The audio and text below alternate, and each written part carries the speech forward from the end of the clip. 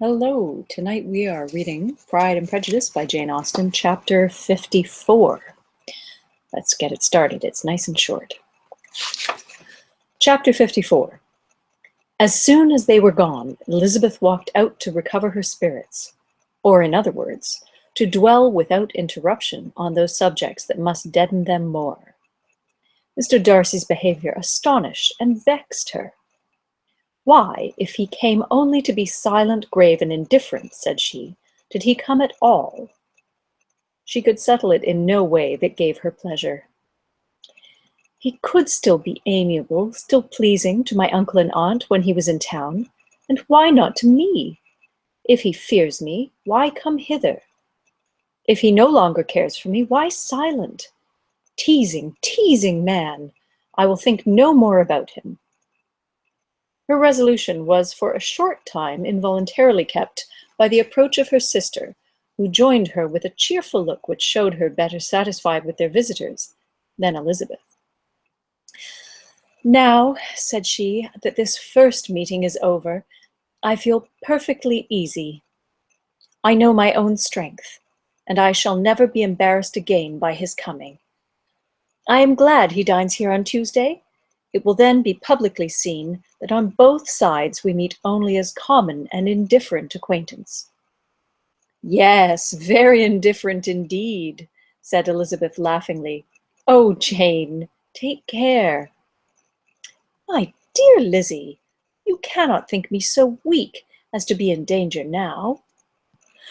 I think you are in very great danger of making him as much in love with you as ever.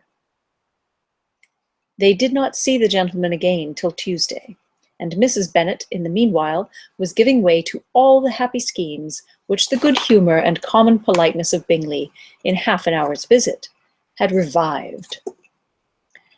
On Tuesday there was a large party assembled at Longbourn, and the two, who were most anxiously expected, to the credit of their punctuality as sportsmen, were in very good time. When they repaired to the dining-room, Elizabeth eagerly watched to see whether Bingley would take the place which, in all their former parties, had belonged to him by her sister. Her prudent mother, occupied by the same ideas, forbore to invite him to sit by herself. On entering the room, he seemed to hesitate, but Jane happened to look round and happened to smile. It was decided. He placed himself by her. Elizabeth, with a triumphant sensation, looked towards his friend. He bore it with noble indifference, and she would have imagined that Bingley had received his sanction to be happy, had she not seen his eyes likewise turned towards Mr. Darcy with an expression of half-laughing alarm. His behaviour to her sister was such, during dinner-time, as showed an admiration of her which, though more guarded than formerly, persuaded Elizabeth that if left wholly to himself, Jane's happiness and his own would be speedily secured. Though she dared not depend upon the consequence, she yet received pleasure from observing his behaviour. It gave her all the animation that her spirits could boast, for she was in no cheerful humour. Mr. Darcy was almost as far from her as the table could divide them. He was on one side of her mother. She knew how little such a situation would give pleasure to either, or make either appear to advantage. She was not near enough to hear any of their discourse, but she could see how seldom they spoke to each other, and how formal and cold was their manner, whenever they did. Her mother's ungraciousness made the sense of what they owed him more painful to Elizabeth's mind, and she would at times have given anything to be privileged to tell him that his kindness was neither unknown nor unfelt by the whole of the family. She was in hopes that the evening would afford some opportunity of bringing them together, that the whole of the visit would not pass away without enabling them to enter into something more of conversation than the mere ceremonious salutation attending his entrance. Anxious and uneasy, the period which passed in the drawing-room before the gentlemen came was wearisome and dull to a degree that almost made her uncivil. She looked forward to their entrance as the point on which all her chance of pleasure for the evening must depend. If he does not come to me then, said she, I shall give him up forever. The gentleman came, and she thought he looked as if he would have answered her hopes, but alas!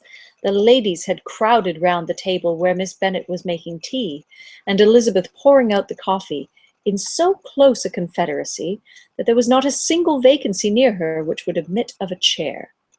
And on the gentleman's approaching, one of the girls moved closer to her than ever, and said in a whisper, "The men shan't come and part us, I am determined.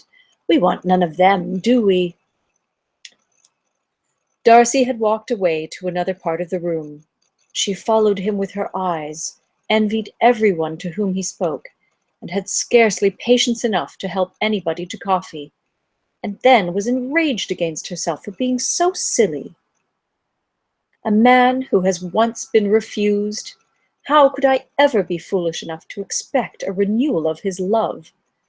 Is there one among the sex who would not protest against such a weakness as a second proposal to the same woman? There is no indignity so abhorrent to their feelings. She was a little revived, however, by his bringing back his coffee cup himself, and she seized the opportunity of saying, "Is your sister at Pemberley still?" "Yes, she will remain there till Christmas." "And quite alone? Have all her friends left her?" "Mrs. Annesley is with her. The others have been gone on to Scarborough these 3 weeks." She could think of nothing more to say, but if he wished to converse with her, he might have better success. He stood by her, however, for some minutes in silence, and at last, on the young lady's whispering to Elizabeth again, he walked away. When the tea things were removed and the card tables placed, the ladies all rose, and Elizabeth was then hoping to be soon joined by him, when all her views were overthrown by seeing him fall a victim to her mother's rapacity for whist players, and in a few moments after seated with the rest of the party. She now lost every expectation of pleasure. They were confined for the evening at different tables, and she had nothing to hope but that his eyes were so often turned towards her side of the room as to make him play as unsuccessfully as herself. Mrs. Bennet had designed to keep the 2 Netherfield gentlemen to supper, but their carriage was unluckily ordered before any of the others, and she had no opportunity of detaining them. "Well, girls," said she, as soon as they were left to themselves, "what say you to the day? I think everything has passed off uncommonly well, I assure you. The dinner was as well dressed as any I ever saw. The venison was roasted to a turn, and everybody said that they never saw so fat a haunch. The soup was 50 times better than what we had at the Lucases last week, and even Mr. Darcy acknowledged that the partridges were remarkably well done, and I suppose he has 2 or 3 French cooks at least. And my dear Jane, I never saw you look in greater beauty. Mrs. Long said so too, for I asked her whether you did not. And what do you think she said besides? 'Ah, Mrs. Bennet, we shall have her at Netherfield at last.' She did, indeed. I do think Mrs. Long is as good a creature as ever lived, and her nieces are very pretty behaved girls, and not at all handsome. I like them prodigiously." Mrs. Bennet, in short, was in very great spirits. She had seen enough of Bingley's behaviour to Jane to be convinced that she would get him at last, and her expectations of advantage to her family, when in a happy humour, were so far beyond reason that she was quite disappointed at not seeing him there again the next day to make his proposals. "It has been a very agreeable day," said Miss Bennet to Elizabeth. "The party seemed so well selected, so suitable one with the other. I hope we may often meet again." Elizabeth smiled. "Lizzie, you must not do so. You must not suspect me. It mortifies me. I assure you that I have now learnt to enjoy his conversation as an agreeable and sensible young man, without having a wish beyond it. I am perfectly satisfied, from what his manners now are, that he never had any design of engaging my affection. It is only that he is blessed with greater sweetness of address, and a stronger desire of generally pleasing than any other man. You are very cruel, said her sister. You will not let me smile, and are provoking me to it every moment.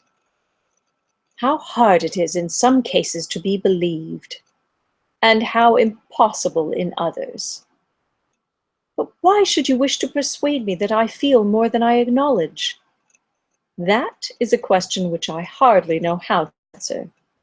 We all love to instruct, though we can teach only what is not worth knowing. Forgive me, and if you persist in indifference, do not make me your confidant. So ends chapter 54. Join me tomorrow night for chapter 55.